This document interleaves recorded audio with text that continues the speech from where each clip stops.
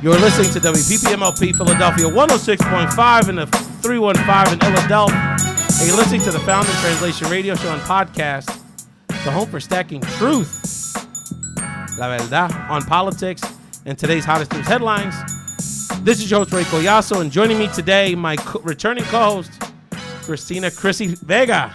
Hello, everyone. Do people still call you Christina? They do call me Chrissy. They don't call me Christina. All the new people who are meeting me are calling me Christina, but everybody calls me Chrissy. Now you're a big, like my grandmother used to say, do it big time ahora. Big time.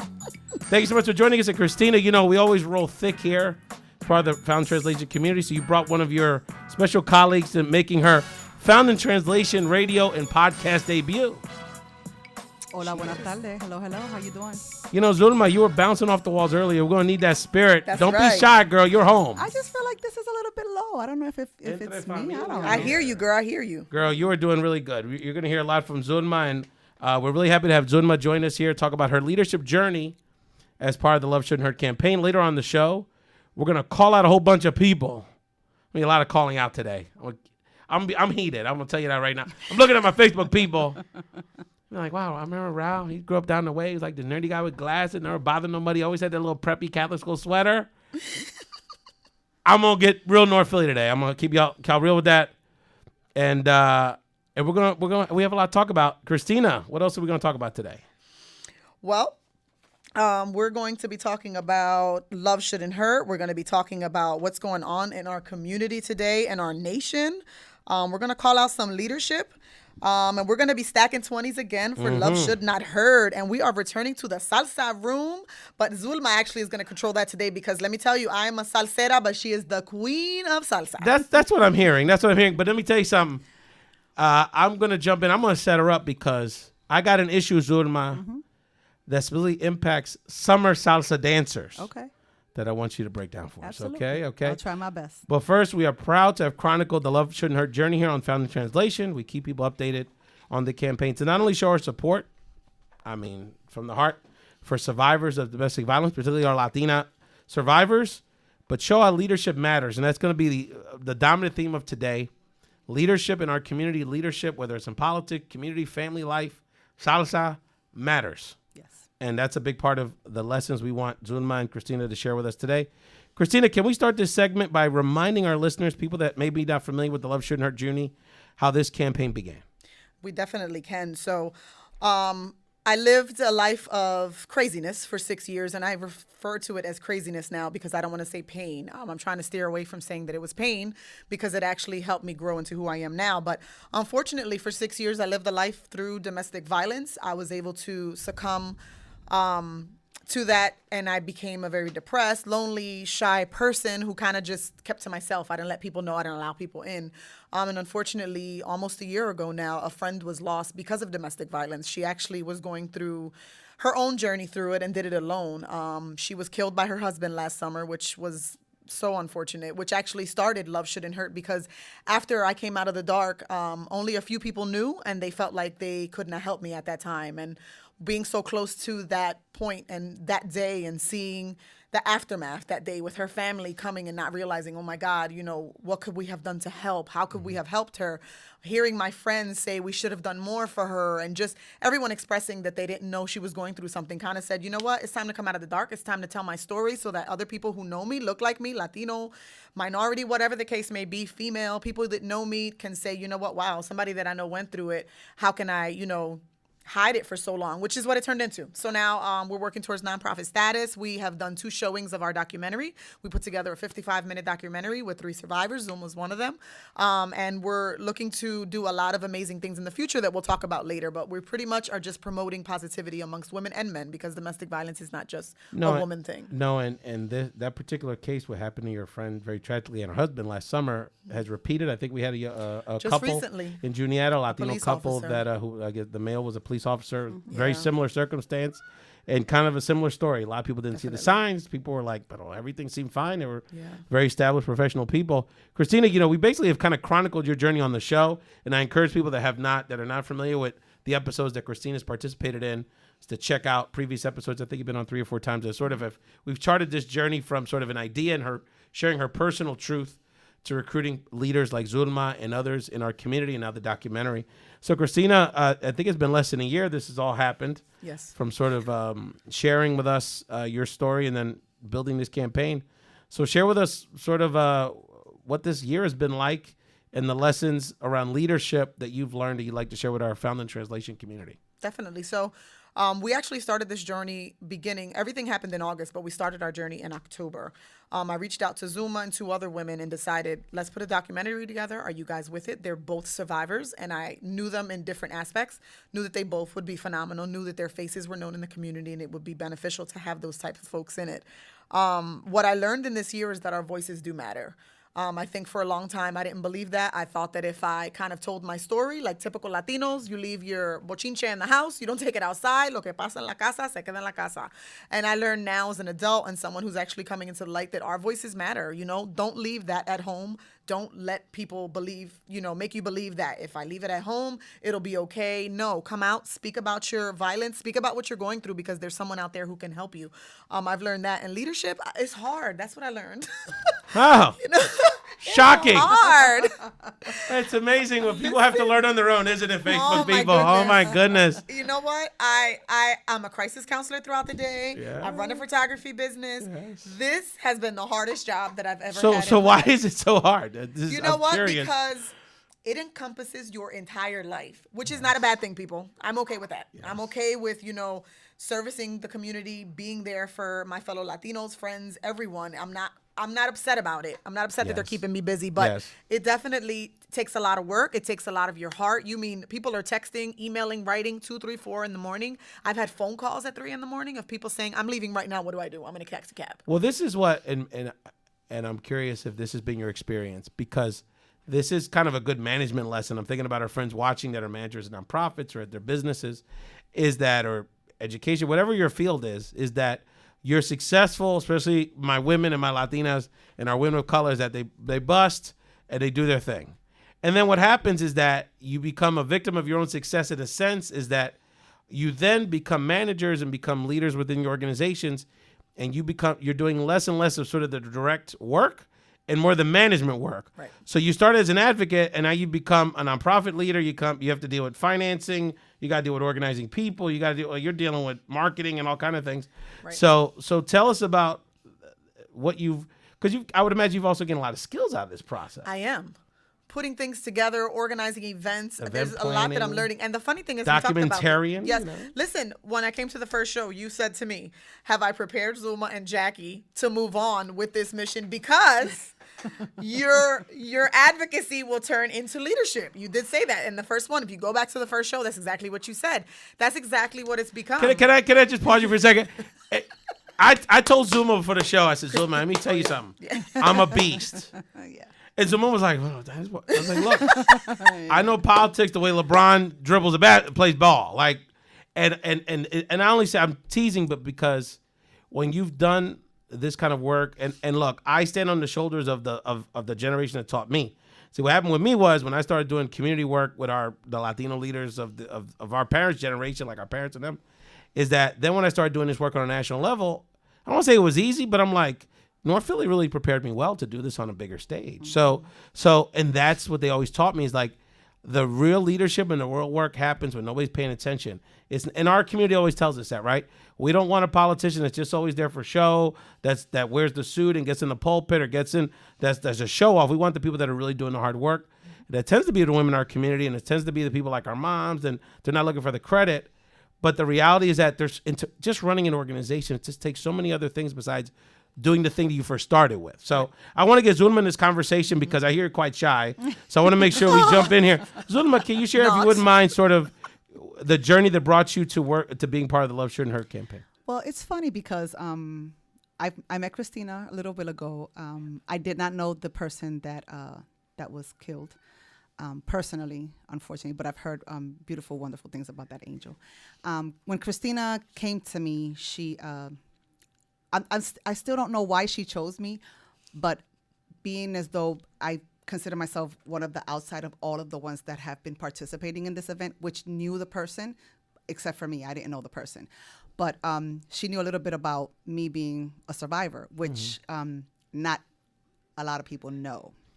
And what gave you the courage to discuss this publicly? Well, I feel like this because I'm a little bit known in the salsa scene. Mm-hmm.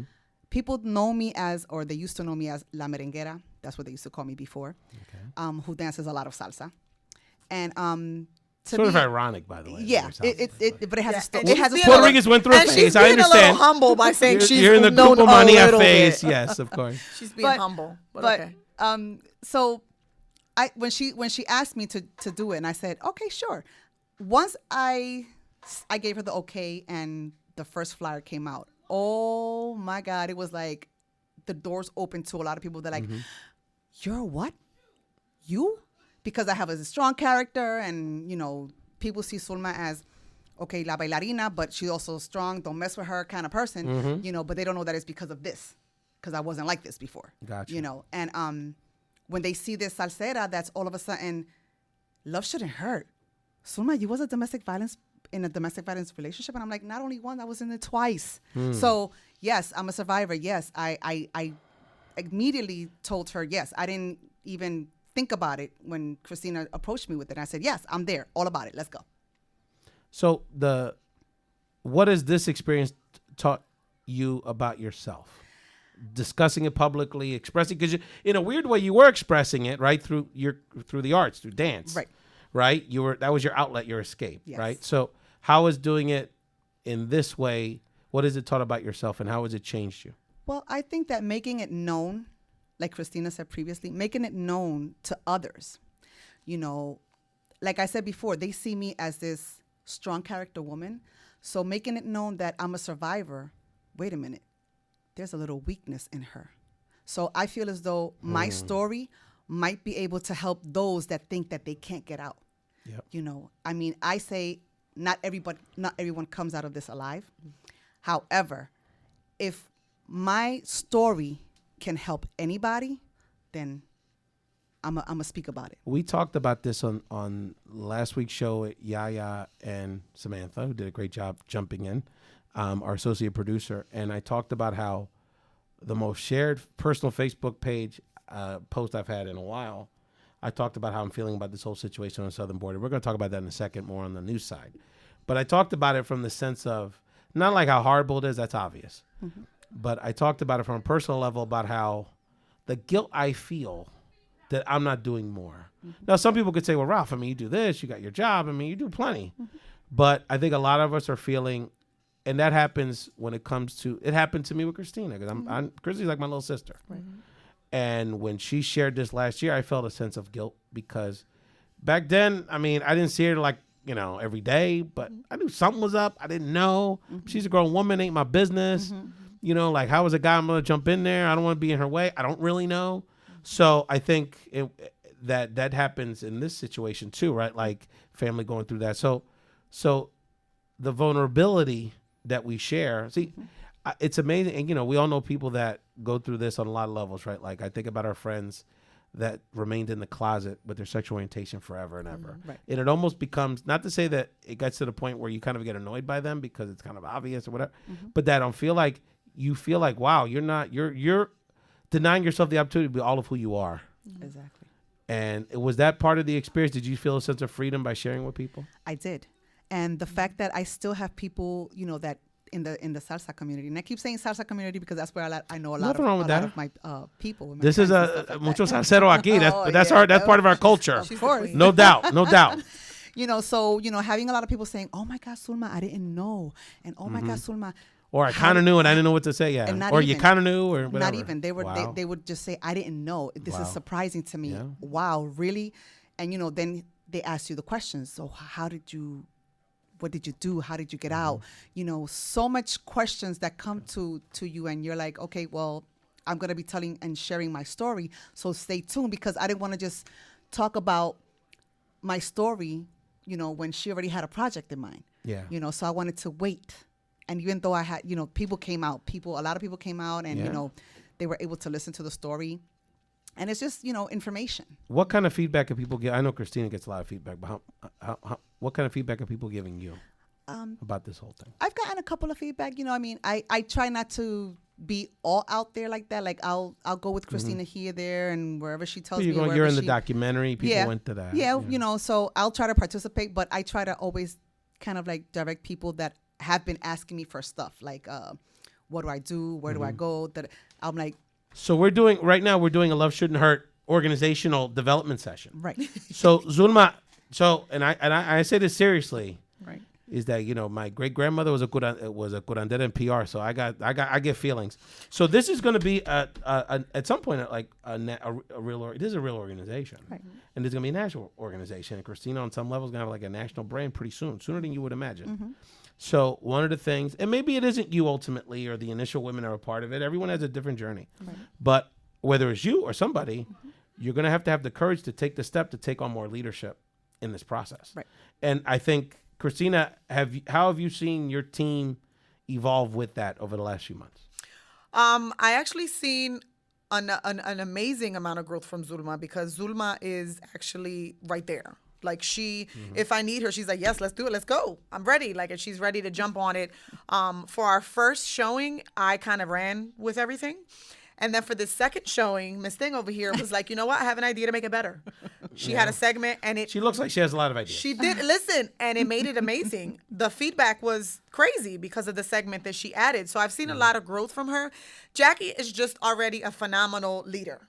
Like, Jackie runs. You don't have to do anything with that girl. But I'm gonna put back on that. But she has her own brand right now as well, which I am okay with, because I knew that when I did the documentary. But the other part of that is that it is about delegation, right? So like, there's gonna be things, and you're gonna find out in this process. You're finding out things that either you have to kind of get better at, even if you're never gonna be the best, but you have to get a certain level of proficiency to move this forward. Then there's certain things like, oh, I'm actually kind of decent at this. So I need to grow in that, and then Zulma and Jackie and the rest of the team, because it's not just about you three women, right? Are gonna go through that same process. So there may be things outside of your comfort zone you got to get at least good enough to help. There may be things that, you know, that if Jackie's like an external person, that's what she does. So it's like coaching in sports. You got to use people for what they're good at, you know, like, and also what they enjoy, because you're not getting into this to do another job.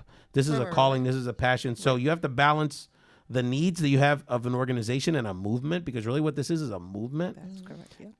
And with like the basic management things, and that's why I was always like, we've done nonprofit, and we've got to kind of professionalize this. Well, I actually just texted her the day before yesterday when I was talking about this, and it's funny they were saying that, and I told her, I know that there's a lot of things I keep asking you to do or coming out and remember what the exact words were. I'm like, but that's if you feel comfortable. Like, you don't have to continue to keep doing this, because this is my journey. But also you have to let the team know that this has to get done. Yeah. Right. So if you're not going to do it, I have to find someone else to do it. Right. And so you have to let people know what's sort of like optional, but as a manager, how are you going to fill that gap if that person isn't the right fit or isn't available or doesn't want to do it, whatever. So Christina, let people know about the documentary. Let people know where they can support Love Shouldn't Hurt, and then do the outro for us when we get to the next segment. No problem. So the documentary is in about an hour long. We've already had 2 showings. We had one in April. We had one in June, and we'll be doing another one in Lancaster in September. You can find us online on Instagram, loveshould_not_hurt, at Facebook, Love Shouldn't Hurt, and online at www.loveshouldnothurt.com. When we come back from the break, Ray's going to call out some people for turning their backs on us and how we need to stand up on the Found in Translation radio show and podcast.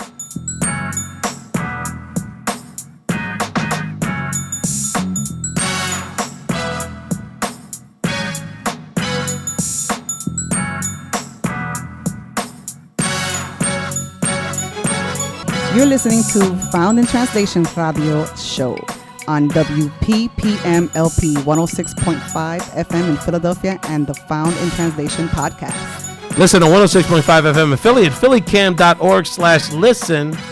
Big time stuff, ladies. Philadelphia FM radio right in Center City. And on the iTunes app, or the TuneIn app, I'm sorry. The TuneIn app, where you can listen to WPPM all the time.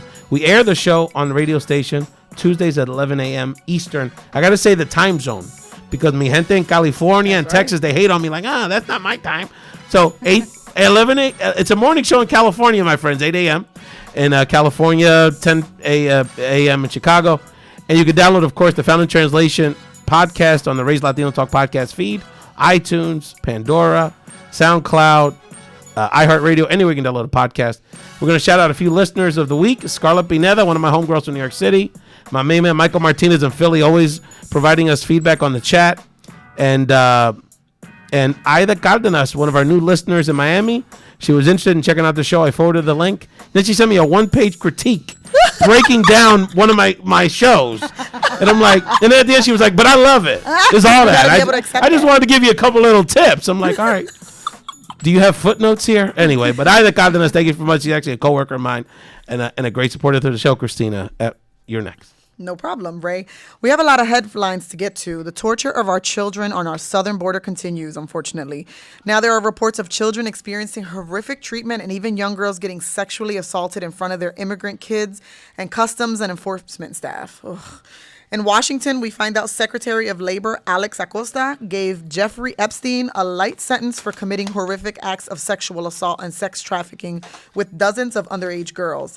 Even in Puerto Rico, former PR Education Secretary Julie Keller has been arrested and accused of illegally using funds that should have gone to schools in Puerto Rico. Ray, how is all of this happening in our country?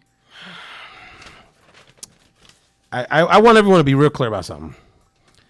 Is that for us to blame this whole situation on one political figure or one political party, or even in the case of Puerto Rico, one or two people from one party, is not true. That's part of it. That's a big part of it. But I want everyone to understand something. All this nonsense is happening because a lot of people, including a lot of people from our community, and I'm going to talk about that in a second, are failing the leadership test big time. Who works as security officials at customs agencies in the middle of Western Texas and on the southern border of Arizona and in El Paso and Brownsville and a lot of Latinos? And there's Latinos that are nice people, and they just got this job not because they wanted to arrest other Latinos, but I don't have a degree and I passed the test and I can make some money and I can get a pension and I can support my family and and if I got to rough up a couple of our Latino brothers once in a while, then, but they committed technically something wrong anyway. There's those kind of people that are going to work every day torturing kids. Yeah. And they go home and they feel like crap about it. I think many of them do, not all. I hope they do. Mm-hmm. But they're convincing themselves, well, this is what pays the bills. Yep. It's not my problem. Maybe he loses in a year. I don't want to do that anymore. And my message to there's people watching this that either are in that situation or are related to some of these people. We got Puerto Ricans that work down in Texas. We got cousins that moved down there to do this. There was one that got snagged. There was a Dominican guy from New York that moved down there. So it's not just Mexican Americans. It's Latinos of all backgrounds that work out there. And we got people watching that have cousins that are in this situation. Tell them to do the right thing. Because let me tell you something. If all the customs board agents didn't go to work tomorrow, this wouldn't happen. So this is about leadership. Take my man Alex Acosta, this Cuban-American guy that's Secretary of Labor. He had a choice to make 10 years ago. Do I convict this sucker from molesting 50, 60, 70 girls and do my job? Or do I fall to the pressure of all these rich people and all these celebrities and all these political people telling me, if you convict this guy, you're done with your, that's what happened. Let's give it real. And look, I wouldn't doubt, he probably got all kind of people, Democrat, Republican, in the closet with him. So I'm not, that in the sense, not even political. The bottom line is about leadership. My man failed on that big time. And now, because he wanted to move up and get a fancy position, he's failing. Look, forget this for a second. He's a Latino that works for this man that works every day for these people that are torturing these kids. And by the way, Pablo Cubano, there's Cubans down there that are trying to get in through Mexico. So it's not even just you can take it away from your own community. So this is about leadership. And I wanted to bring Zulma and Christina in this conversation because it's about leadership. And of course, what's happening in Puerto Rico, that's a whole other conversation. But obviously, allegedly, that's a real failure of leadership with people that really need it. And I know that's top of mind to a lot of our friends out there listening to this. I don't want to short shift that. But in general, talk to us about leadership because a lot of times, you said yourself, you ended up in that situation more than once in your life. Yes.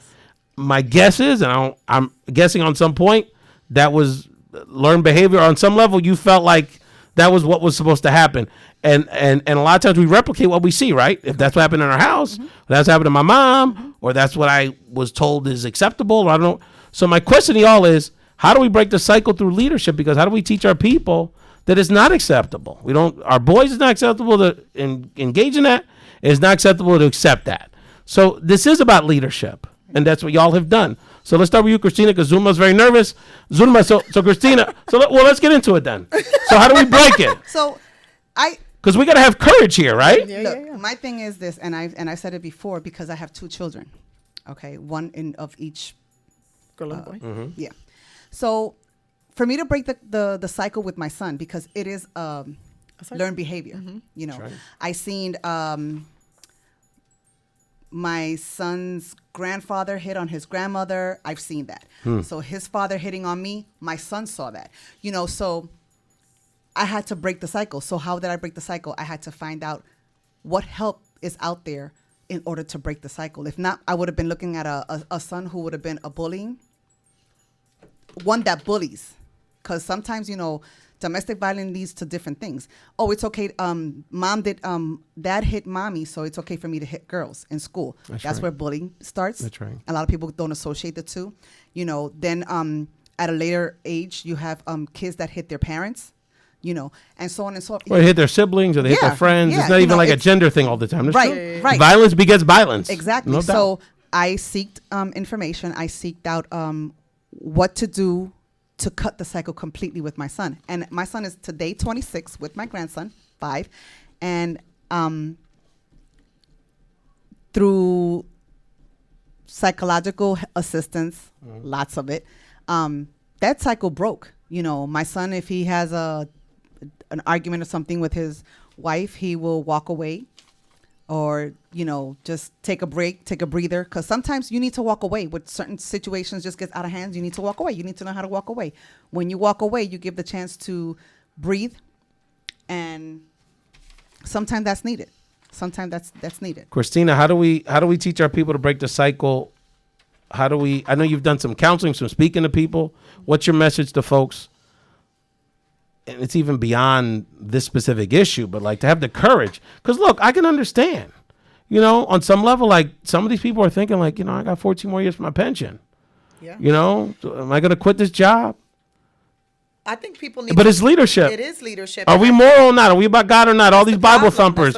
So what is it? Is it? You know, you said it earlier. It ain't easy. It's not easy. And you know what? It is exactly, you hit it on the nose, a moral thing. Because, you know, too many people, and I see it even in I work in schools, and I see it in schools. So many injustices are happening against our students, our kids, from the age that they're little to their adults. And why? Because leadership, you have CEOs, superintendents who are okay with letting certain things slide because, you know, it's like, I always question that, like, what morals do they have? Like, they're allowing this injustice to happen to this kid, or this kid was abused, you know, or this kid was bullied like 5 years and nobody's doing anything about it. And the leadership is like, well, we can't make the school look bad, or we can't. Why? You're worrying about, you know, because of people's paychecks. Like, right. Everybody's worried That's what about it their is. paycheck And their they're not worried status. about, right. And they're not worried about what right from wrong is. And the sexual abuse drives me insane thinking about it, because looking at it, first of all, I have a daughter, a little girl. I'd be in jail. If you do something to my daughter, listen, I think everybody in this room, we'd be in jail with our children. And sadly, those same people probably feel the same way if it was their kids. Those same people who are doing it. You know, ay, mi madre, yo lo mato. Yeah, but you're the ones who are okay with going out there, getting it done, and then everybody else closes their eyes because they're getting a paycheck. Why? So you prefer to have a paycheck, but then know that this kid is being totally violated, and for the rest of their lives, this is the torture that they're going to remember in their minds because you want to get paid. I want to remind people out there watching this, and look, I'm not Mr. Preachy, Mr. Religious. I mean, I go to church on occasion, but I'm a spiritual person. But I went to Catholic school my whole life. And I don't know, Chrissy, when we were at St. Veronica's, the whole purpose of Jesus was his mom, they were refugees, right? That was the whole story. The mom was basically a single mom. They were poor. He hung out with the gangbangers of his day, the street guys, right? The apostles were knuckleheads. And then at the end, and sex workers were the ladies, you know, Mary Magda. That was the whole purpose of the story. And he got persecuted because he spoke up for the poor and he spoke up for God. That was the whole purpose. It's the whole purpose of the religion. And that's not the only religion in the world. But my point is that more or less, that's what every religion is about. Take care of people, the people that need it the most. So, I mean, let's stop with this. So we're either going to be about it or let's stop pretending. Let's stop pretending. So, Zulma, talk to me. I know that I mean, this stuff is real. This stuff is real. And the work that you're doing, I mean, I know I talk to women, and I mean, how do you feel like what messages are getting through people to understand the power that they have to get beyond this? Resources. There has to be, you have to have, for me, the way I got out of it was I gave up. That's how I got out of it. I gave up. And when I gave up and put a prayer up, that's how he kind of like said, okay, leave. We getting churchy here because you're right. Because that's the thing that, and I'm looking at Facebook and IG and all that, because I'm looking, if anyone knows anyone that sits in this situation, whether it's a cop that's not a bad person, but they're dealing with a situation like that, or they selling because their cousin's doing and it's in the house anyway and they're trying to make a few extra dollars. Like, if you're in a situation where you feel like you're being morally corrupted, we're on this border, like, yo, prayer's powerful. God gonna take care of you. I believe that. Absolutely. And I mean, you can miss your credit report's you're not gonna kill you. Right. And that's my message, especially people, because I know that's what they're thinking. This is how I get paid. And, how can you do this to these kids? I mean, to watch, I know, and I believe all these stories. There was people sitting there watching that guy grope that 15-year-old at that station and didn't do nothing. And it happens every day. And it'll just happen there. But I'm just saying. So what are we about? So I just want people to understand. Christina hit the nail on the head. Leadership ain't easy. Leadership ain't dressing up nice and speaking at church or being in politics. Leadership is hard because you have to have faith, because you don't know what's going to happen when you stick your head out. Right. And it might get chopped off. You're absolutely right. But you're going to be all right. Christina, take us out. We'll go to the next segment. When we come back, Ray, we're going to keep stacking 20s for Love Shouldn't Hurt. Keep listening, familia, to Found in Translation radio show podcast on WPPM Philly Cam Radio.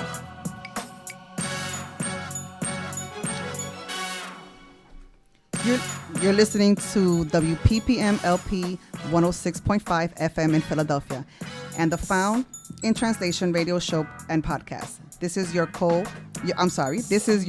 co-host, Zulma Robles from Love Shouldn't Hurt campaign. You can support Love Shouldn't Hurt by seeing us on the web, www.loveshouldn'thurt.com, on Instagram, loveshould_not_hurt, and on Facebook at Love Shouldn't Hurt. This is my favorite part of the show, Ray. The Stacking 20 segment is where Ray and the crew break down the 2020 presidential elections. For every candidate that declares, we make a donation to Love Shouldn't Hurt campaign. Yo estoy pelado ahora. Tanto candidato aquí. There's a lot of candidates. Joe Sestak. Ray. Tom Steyer. Por favor, Tom donates to me. So now I'm going to lose my funding because he's going to put it into that presidential. But we love you, Tom. You got plenty of money. You can help us out. Anyway. Ray, a few weeks ago took place. Things have changed in the polls. Senators Kamala Harris and Elizabeth Warren are moving up in the polls big time, while Vice President Joe Biden is slipping quicker than abuela's dentures. Ray, didn't we tell people months ago this is going to happen? Did you do brujeria on the debate? No. First of all, I didn't do that. But again, we talk about it here, and then people realize it 6 months later. We kept saying it. Joe Biden, again, we cool Joe. I know his people. He's cool. His support was a mile long and an inch deep. It's just his name. He was connected to Obama. But when he got on that stage, you got a lot of people. It's like sports. It's like you won a championship 2-3 times already. You don't play as hard as these people that won it like that. These younger politicians, and they saw those vulnerabilities. So, you got some talented people. You got some talented women. We called it here on the show. Elizabeth Warren was going to do good in debates. Senator Harris, this woman was the Attorney General for California. That's like being the Attorney General for Europe. That's how big it is. For real. That's one of the top legal sharp. You don't want to debate her about nothing. So guess what? She tore him up.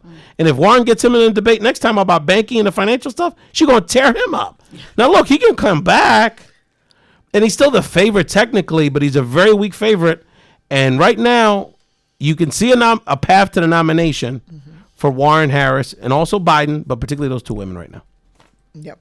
Two people I'm watching out for are Bernie Sanders and Julian Castro. How do you think they did after the debate? A lot of buzz about Castro after the debate. He did great. Well, let's talk about Julian first. We're proud of him, and I encourage people that are listening to the podcast to check out the shows we did. We did live shows after the debates a few weeks ago with my homeboy, my compadre, one of our co-hosts, Elba Garcia. So we go deep into that. So you can watch hours of that coverage. But, right now, Castro's definitely in the game. He's considered a serious player. He's got a lot of momentum, and he needs another strong debate, though, because he didn't really get a huge bump up in the polls. He got one, by the way, with Latinos. Some of the Latino polls, Latino decisions, Univision did some polling, and he jumped up another 10%. I think a lot of people didn't know who he was, frankly. And so he's got it's in Detroit, the next debate. So with Miami, they're hablando español, immigration, it was like I had a little Latino subject to it. Detroit's going to be about the civil rights, black piece is going to be big. Yeah. So he's got to show that he showed it already. He did. He's got to show that he's a champion for civil rights, even up there with some of the black candidates and people like Biden have mucha historia. So I feel very good. Biden's sort of in neutral right now. I mean, Sanders rather is sort of in neutral. I think everyone kind of figured he did okay, and his campaign has been okay. He's got a hardcore, like it's like, you know, those salseros that really love Tito Rojas. You know what I mean? Like those people, like they'll go to every show. They'll drive to Bridgeport, Connecticut for Tito, but they're not. You know, he's not everyone's favorite, right? So like, he's got a hardcore following, but is he going to be able to carry that to a larger group, or are some of the other people that kind of like him going to go over to Warren? So he's got some work to do. He's still going to be in the mix, but by the way, he raised plenty of money, so he's going to be there at the end, and so is Buttigieg. But we've got to, he has some work to do to sort of show that he can win the nomination. Christina, any thoughts about the debates and what you've seen over the last month or so? Well, it's good to see some women in the mix doing their thing. Yes, it is pretty good to see them. I'll tell you this much. I liked Julian Castro from the beginning, but I didn't expect him to come as hard as he did. La verdad, we were saying that, right? We did. He did really well. His exchange, he was really good. His exchange with O'Rourke was like, whoa. Yo, he knocked Beto down to his size. He's like, dog, I'm Mexican, but I'll still knock you out. You're a foot taller. That's what happened. He came for him. Bernie Sanders, I told you when I first came that was my boy Tito. Yeah. I liked him, but I didn't think he did great. And I kind of feel like he came for Trump on socialism. He did what he had to do. I think he kind of was repetitive. Really did, like at times I kind of felt like he was kind of lost in what he was going to say. He kept repeating the same stuff over and over again. He touched on Trump, which a lot of them didn't do. So that was surprising me for Bernie. But I think Castro did really sharp. I want to shout out my homie Abe Amoros, who's one of the top Puerto Rican Latino political minds in Pennsylvania. You're gonna do that in a second, Zulma. I just want to shout out that he's gonna be on night 2 of the debates in a few weeks. With me and LB, we're gonna do that late night, and we're gonna have a Latina from the West Coast that's gonna do it with us. So we're gonna keep analyzing the debates. I love them.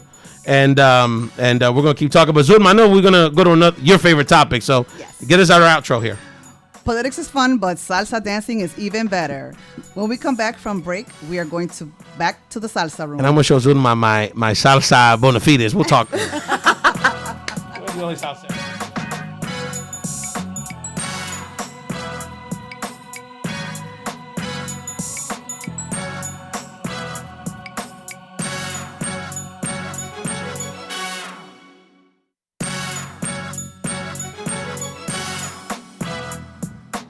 You're listening to WPPM LP 106.5 FM in Philadelphia at Philly Cam, people-powered media, and are listening to Found in Translation radio show and podcast. And we're back with the Salsa Room, this time with our special guest segment for the show. We'll talk about pet peeves, stories, gossips, and the only things that go down in the Latin clubs. Do you know how I get in the club, man? So Zulma, here you're like this big salsa queen. Before we get into my topic, I'm going to throw out to you. Sight unseen, you can freestyle. Break down for me what makes you the salsa queen. You go. I mean, what do you love about salsa? Let's start there. What draws you to be the salsera you are? Well, salsa to me, I've been doing this since very young. My mom showed me at a very young age how to dance salsa, and I just enjoy it. It's more, a lot of people see it as an exercise thing. I see it as just an enjoyment, free things, the spinning, the dancing, the jumping. You sing while you're dancing. The creativity. Yes. No, it's clave. I love it. No, and the thing is that the moment I love salsa, I love dancing. But the moment that's so special is that you can learn how to dance salsa, but then at one point you feel it. You have to feel it for and it's not even like it. I know this sounds so corny to say, but it almost becomes like part of who you are. Like you're in step with the clave. There's a rhythm, a biorhythm to it. Definitely. And when that happens, it's such a special moment. And you can see it in people's eyes. Like, they're going through the lessons. Then they start dancing. Yeah, Can I do this spin? You can tell the difference. Like, whoa. Because I know you're talking. Now I got to my height. Yes, you got my topic. The thing is that, when you're learning how to dance, you have that 1, 2, 3, 5, 6, 7. 1, 2, 3. But when you dance that you're like, okay, Woo! I got this. Then you start singing. And then you start doing song. spins. You're like, I didn't even know how to do that. I didn't even learn that in the two-step medium class that I'm in. Steps, then you have salsa regular, you have salsa and do. Listen, that's what they call New York salsa. Love it all. Okay, I don't need a script no more. I'm gonna tell my Facebook right here because we're getting it down for the real. This is the topic I want to talk to you about, Zulma. Since you're such an expert. Not an expert, no. Okay, I just you got the love. By the way, I know Christina. If she's not a queen, she a high princess of the salsa scene, no doubt about it. So this is a topic that comes up in the summer with us salseros. Yes. I don't care. You done. Summer season, and I love my little sports analogies. I don't know if y'all follow tennis. Tennis, what makes a great tennis player is that they can play on different surfaces. You can play in the concrete of Hunting Park. You can play on like hard rubber. You can play on grass. You can play on clay. You can play, on whatever surface you can play. Right. But all those surfaces require different skills. Same thing for salseros. Right. Some people are real good in ballroom. But then you got to go to the barbecue and then you got to dance on your cousin's deck. Or you dance in the house party on the rug. Or you got to dance on the beach with me and my wife just in Jamaica last week. And I know I got a lot of snaps on IG on that one. So let me ask you a question. How does salsa dancing differ when you're dancing in these different venues and these different environments and these different surfaces? Because it becomes different. Right. So talk to me. Well, no, I think if you have that salsa in you, it's a song, it's a swing, surface don't matter. Surface don't matter. Surface don't matter. Yeah, but so it don't matter. Okay, but I dance in it doesn't. sand, I dance in grass, but you adjust what you're doing because on sand and grass, all that you take off the shoes. When you're in the ballroom, you're wearing the high. Okay. Well, yeah. Well, that's what it is. There's an adjustment. Yeah. You make okay. that adjustment, So talk to me about the adjustment. Well, the adjustments it's based on where you're gonna be at. Like if you're in a ballroom where you got the ladies that want to wear the salsa heels. The guys are gonna wear the nice slippery shoes. It's something about the ballroom dancing that you slip and slide a little bit more with the appropriate footwear. It's all about the footwear.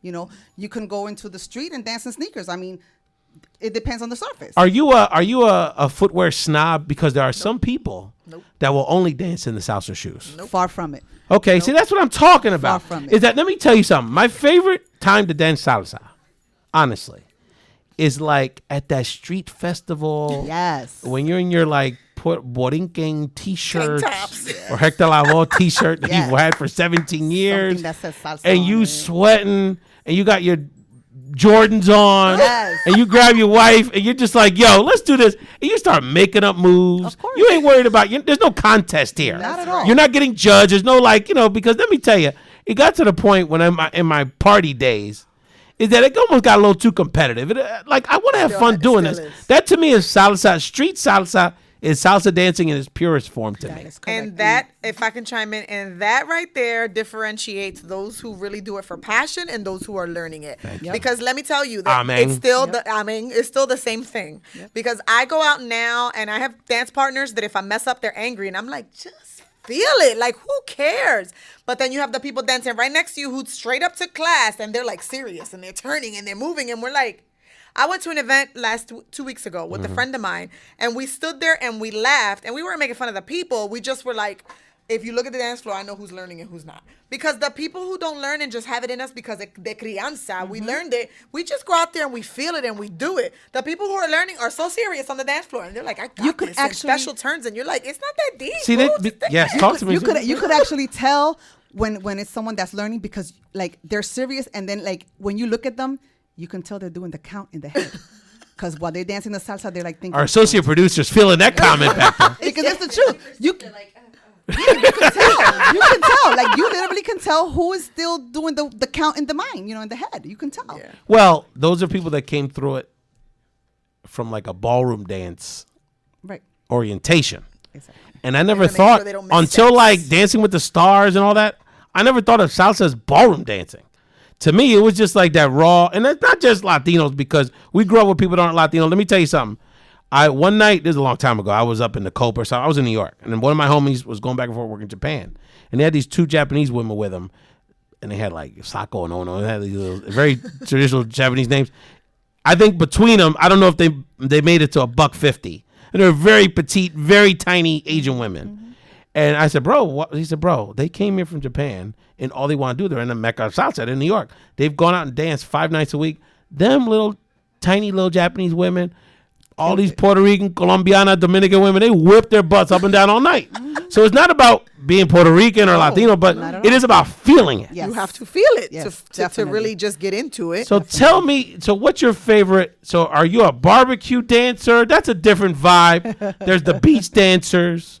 I think about the boardwalk dancing, como la guancha, like we do in Puerto Rico. Yes, there's a lot of our friends that'll go down the shore this year, or they have their big decks. They live out in, they're big shots. They live in Bucks County. They got a big deck, and they want to dance there. Yeah. So what's your favorite summer surface environment to dance? Well, I had the pleasure of having the experience of going to New York with a group of men of salsa, and boardwalk dancing was absolutely amazing. Oh, Coney Island. Yes. Oh, that's a scene out there, no doubt. Love it. Love the Coney Island. Love the Orchard Beach. I love that. I wish they had that here. Actually, one of my favorite DJs did do that here one time at Penny Park. Okay. And it was amazing. Yeah. I wish that would be able to do it. When you're in the outdoors in the heat, it's a different vibe. Yeah, no doubt about it. No doubt about it. But it's also, you see more people. People like to come out. Summertime, people like to come out more. Yeah. So there's people that you might not have seen for a long time, and then there's an event outside, and you're like, "Oh my God, how you doing? How you been?" And then just it's like a reunion of some sort. I want our audience listening to this as a podcast or on WPPMLP 106.5 Philly or on social media. Let us know, where's your favorite venue to dance salsa? And I don't care, I want to hear from the audience because it could be Philly, but I'm just saying, like for me, like I said, it's like that street level. It don't have to be a specific place, but like environment, and there's places I like to go in different parts of the country, but that to me, that street salsa dancing is like in its purest form. Mm-hmm. And when I think about salsa, I think about it being like entre la familia. You know what I'm saying? Absolutely. Like it's such a rhythm. So Christina, as we wrap this up, because we have to go soon, remind people again where they can support Love Shouldn't Hurt and anything else you wanted to shout out in your social media. Most definitely. So if you want to check us out, you can go online to www.loveshouldnothurt.com. Our Facebook page is Love Shouldn't Hurt. Instagram, Love Should _ Hurt. Look out. We're working on another showing in Lancaster, and we're also working now on a Mommy and Me conference in November. We're trying to get mothers and daughters out there to discuss this. Start young so that they can have those scary conversations in a friendly forum. Wonderful, wonderful. Zulma, shout out quickly your social media. Social media by Bendito sea el Señor. It's the IG Zulma _ Robles 1, wasn't it? It sure is. Look at that. I knew your social media, but I'm your publicist. I don't know The check is in the mail. Thank you so much for joining the Zulma Robles Found and Translation Radio Show and Podcast. This is your host, Ray Collazo. Check us out. Support the movement here, fam, and let us know where your favorite salsa spot is. Thank you, our associate producer, Samantha Gonzalez, and have a wonderful weekend.